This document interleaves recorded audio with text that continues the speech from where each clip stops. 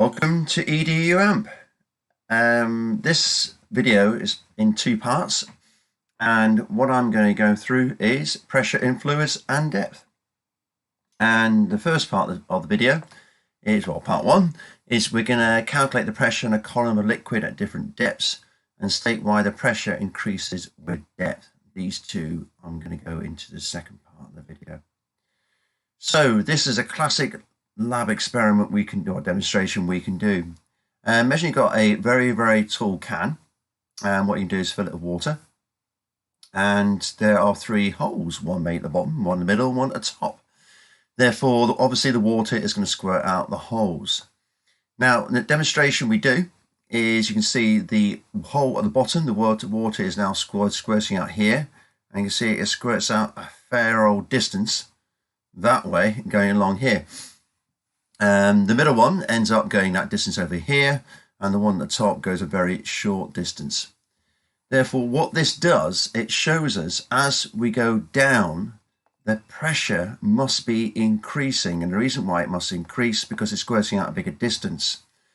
So therefore, if you have the depth of the can, which is going down this way here, as the depth's going to increase, the pressure must also increase.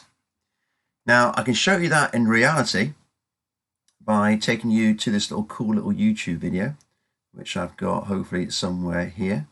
And this little video here, what you're going to see is you're going to see a diver, and he's above the water here, and it's a bit fuzzy at the moment, but hopefully it can be a bit clearer, but he's got a bottle here, and his bottle's full of air. Now, what he's going to do is going to take this down 10 meters.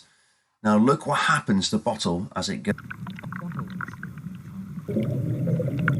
So here you go, the bottle's going down. He's taking it further and further down the water. You see the bottle's starting to be crushed. And this is nicely showing me that the pressure must be increasing with depth. As we go further and further down, the forces on this bottle are going to increase, therefore it's going to crush the can. And there you go, that's all the way at the bottom at 10 meters. And quite cool then, suddenly he releases it. And the cameraman can't quite catch up. And he's trying to catch up here. Because he can, going flying upwards. And as he goes up, you should notice, there you go, the bottle is changed its full shape again, because now the pressure's decreased. Cool little video, that one, quite like it. Okay.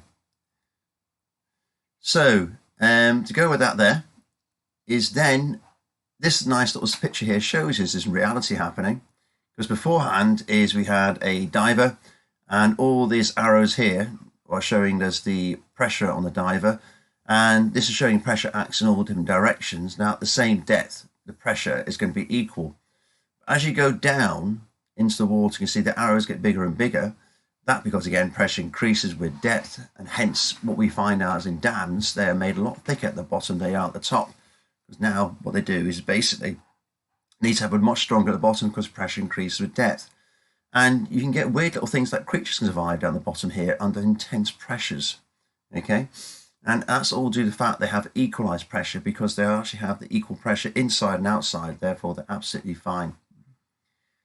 Now, to go with all this is a really nice little simulation that shows us the equation, because you need to know how to calculate the pressure at different depths.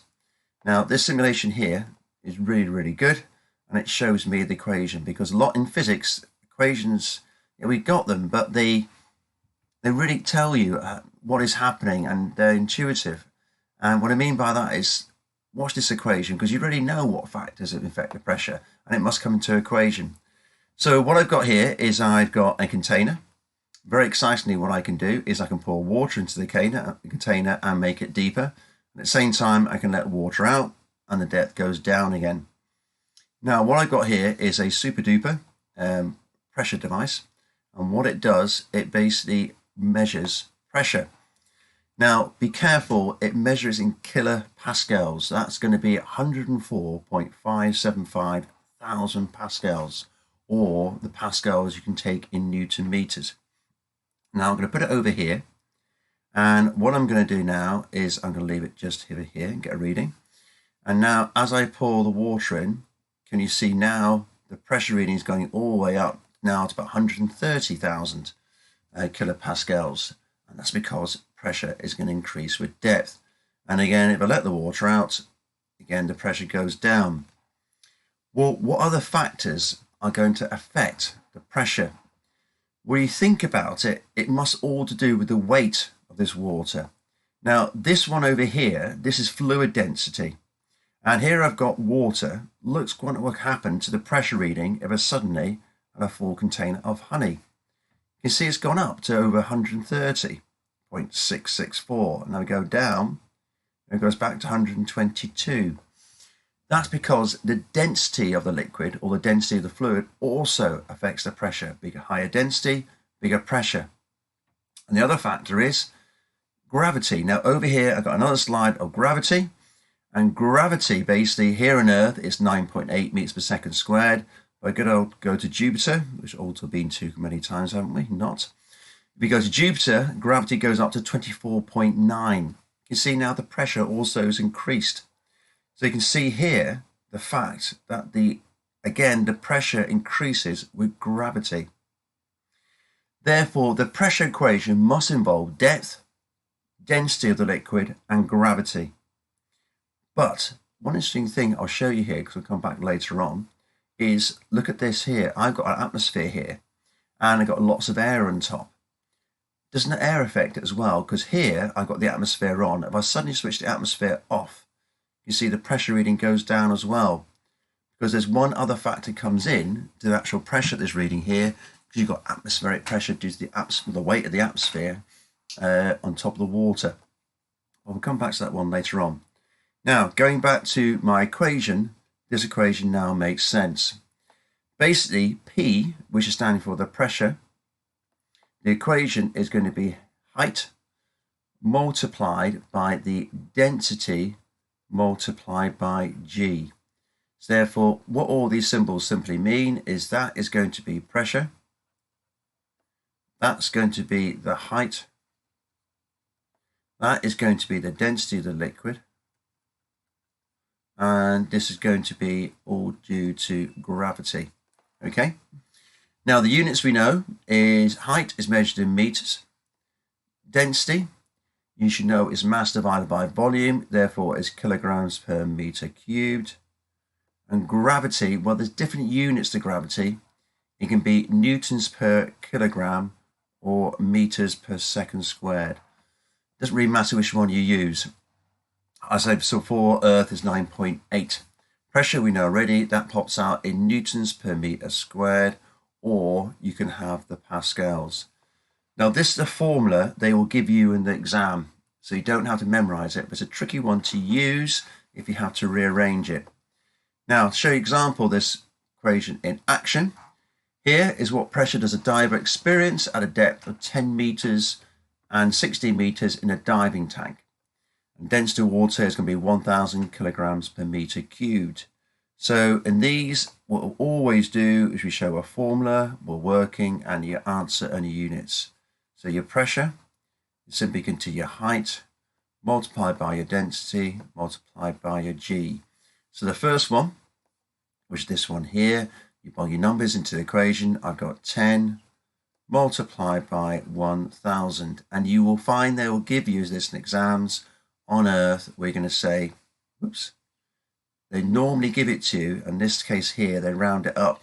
They're going to give you at 10 meters per second squared. Now they can give it 9.8, but majority of times at GCSE, they actually give you it as 10 in the examination questions. So I'm going to put 10 in here. Therefore, I bung all this together, then I'm going to have 1, 2, 3, and 2 more zeros, newtons per meter squared. Now I would round out standard forms. That's 1, 2, 3, 4, 5. That's 1.0 times 10 to the power 5 newtons per meter squared. The second one, again, using equation, pressure equals height times density multiplied by G. Now for height now is going to be 1.6, and then you're going to multiply it by 1,000, and now we'll multiply it by 10, and you bung all that in, it's now going to be 1.6 times 10 to the power 5 newtons per meter squared. You can see now the pressure is increased with depth. Now, the last part of the question, and they can do this to stretch you, that boiling it into equation, you're looking at grade 5, grade 6. Here, taking it a little bit further.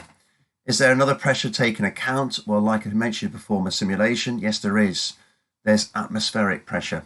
Therefore, you also got pressure taken account from the atmosphere above us. Okay, so what I've done now is I've taken you through and I've looked at the first two learning objectives here. We should now be able to calculate the pressure in a column of liquid at different depths. And also now we should be able to state why the pressure increased with depth, because you're going to have more weight above you. Okay.